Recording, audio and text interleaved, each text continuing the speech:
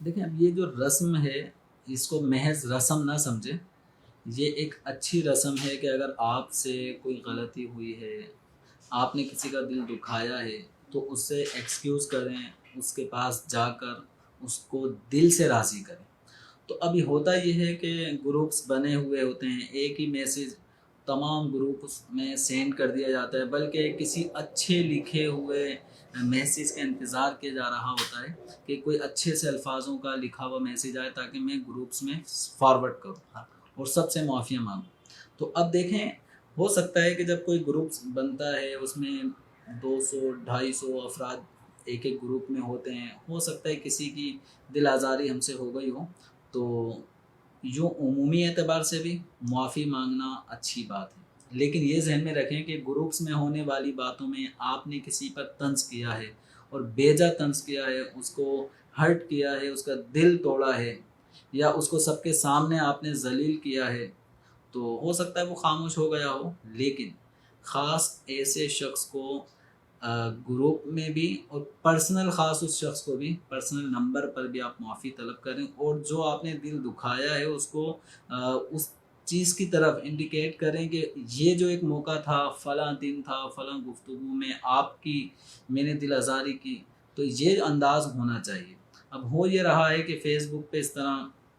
Social media کے جو بھی اکاؤنٹس ہیں ان پہ ہم معافی تلافی کر رہے ہیں، اچھی بات ہے، لیکن ہو سکتا ہے کہ اتنے سارے لوگوں کا ہم نے دل نہ دکھایا ہو، انہوں نے ہمارا دل نہ دکھایا ہو، لیکن آپ اور میں اپنے گھر میں رہتے ہیں، اگر ہم کسی آفس ورک میں کام کرتے ہیں تو وہاں آپ اپنے گھر میں ہوتے ہیں، تو آپ کے ماتحت آپ کے بچے ہیں، آپ کے چھوٹے بہن بھائی ہیں، اسی طرح آپ شادی شدہ ہیں تو آپ کی اہلیہ ہیں، تو کیا یہاں پر کوئی ایسا معاملہ تو نہیں کہ جس پہ ہمارا انداز ظالمانہ ہو اور ہم ان کے حق تلفی کر کے گناہ گار ہو رہے ہوں؟ تو جہاں فیس بک پر اور دیگر سوشل میڈیا کے اکاؤنٹس پر ہم معافی مانگ رہے ہیں، تو اپنے بچوں کی امی کے ساتھ اگر ہم نے کوئی ظلم کیا ہے، ان کو تنگ کیا ہے،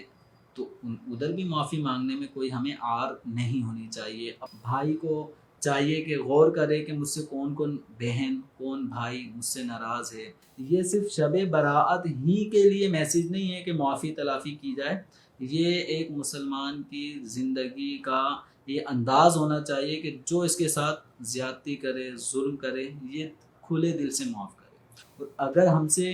کسی کے ساتھ ناروا سلوک ہو گیا تو ہمیں معافی مانگنے میں کوئی آر نہیں ہونی چاہیے۔ ہم اللہ تعالیٰ کے لیے عاجزی کریں گے